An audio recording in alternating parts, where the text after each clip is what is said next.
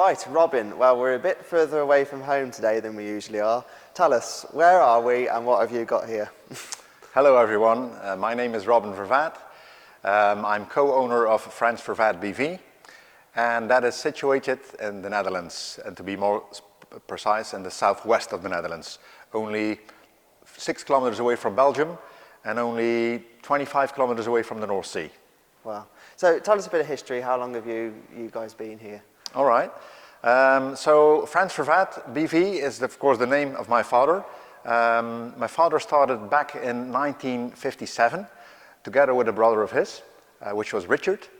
And they both started a garage which serviced all kinds of vehicles as long as it has an engine in it. Back in the day, even washing machines had engines that need servicing. So that's why they started. And so already in 1960, they got a dealership for tractors, Nuffield tractors from UK. Wow. And many years went past and they increased their business. They started selling cars, they had more dealerships, Volvo, and then eventually John Deere in '75. And also around that time, they started production of the first sugar beet harvester back in '74. And so that was the first steps into being a machine producer. And market was small, it was a niche market. And the unique thing about our machine was that it could harvest, clean, and transport the beet all with one driver. Back in the day, there was usually 2 or even 3-stage machines doing that harvest. And we brought it back to 1-stage operation, just like a combine. And that wasn't just my father and Richard, that was even more of the family included. 2 other brothers, Marcel and Walter, had a contracting company from grandfather.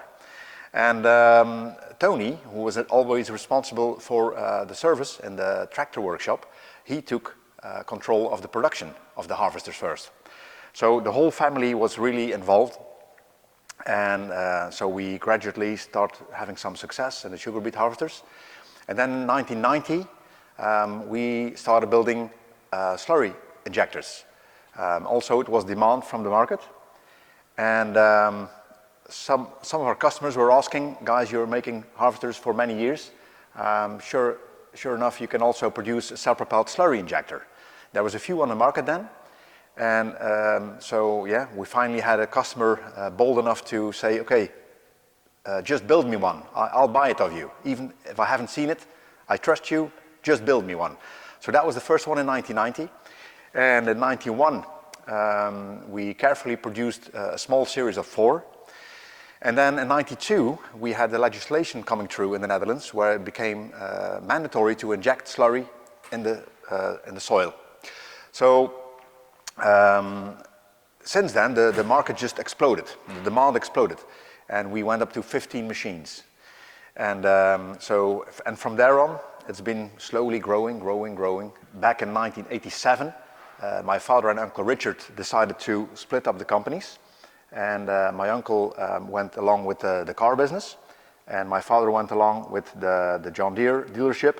And then the small production of harvesters that we had at the time. And then in '89, my brother and I came in the company. And then we started working more international. And on top of that, like I said, in 1990, we started the production of the trike, which was a huge growth opportunity for the company. So, yeah. Brilliant. And so we've been at it for many, many years. We've become a market leader in the slurry business. We stood our ground in the harvester business, although the numbers of machines have never gone up the same amount as the slurry machines. But there's only like 4 manufacturers left in the sugar beet harvesters, and we're one of them, so proud of that. But with the slurry machines, we're actually market leaders throughout Europe, and that's quite an achievement where we are very proud of. So I think my colleagues will tell you more about the machines, but this is a little bit introduction of how we came along. That's brilliant. Well, thank you very much for having us here today, Robin, anyway. And like you say, we'll get ourselves a look around the factory now. All right. Thank you. Thanks. Bye. Right, Jonathan, well, we've had ourselves a look around the factory. Yeah. First, very impressive. Thank you. Thank you. Just tell us a bit about the machine behind you. What stages would that go through for it to be ready to leave the factory? Well, about 6 or 7 stages. We are historically at Vervaet, we're used to produce machines in batches instead of belt production, let's say. So we produce the machines all together. This machine has been introduced 2 years ago as an additional model in our product program. After a very successful launch, we produced 10 last year, and we had to produce 20 this springtime in order to get people delivered that want to buy one. Getting back to your questions, through what stages that machine is going. First, we weld the chassis. We do as much as we can in-house, nearly everything. We only buy engines, hydraulic components, axles, and the computer boxes. We buy external, but nearly all the rest of it we make here in the house to keep a grip on both quality, but also the whole process. So we start by welding a chassis in the house. We paint the chassis at the same time. At another place, we are assembling the Volvo engines with the gearboxes and the hydraulic pumps. And another station, they are preparing the axles with the steering system and the cylinders on it. In the other building there, we do the cabs from class. We completely remove the existing wiring from class, put in our own one, again, in order to get and to be in control in terms of quality and the process. So we start, once the chassis is painted, we put the chassis all on the floor. Not the one after the other, but all together, 20 at one time. The painted chassis get a pre-assembled power unit on the left with the engine, the transmissions, the gearbox, everything.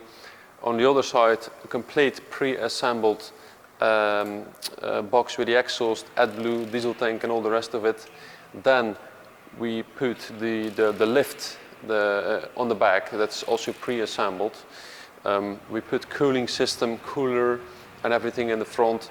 After we start connecting those 4 elements by the harness, the wirings of the machine, but also the cooling, the pipes from intercooler and radiator to engine and all the rest of it. Then we put the caps on top of the chassis. At the same time, in the meantime, we pre-assemble the slurry unit for the front. Tanks have already been prepared. And then the last station is the final assembling, where we put tires on it, tank on it, and all the rest of it to finish the machine. Cost price for the machines is getting more and more important in this high capital business. So cost price per acre for sugar beet lifters, cost price per cubic meter to spread slurry or digestate with our slurry applicators. And there are 3 things that are maximum influencing that cost price. That's first of all the investment, the second thing is maintenance costs, and the third thing is the residual value of the machine. And I mean, on investment, we can't change a lot. We're living in the time we're living in. The second thing is maintenance cost. We are making quite a difference with the maintenance costs on our machines, as we have a philosophy of developing or changing only the things what is needed to have maximum output and maximum driver comfort, but changes and development is not the goal in itself for us.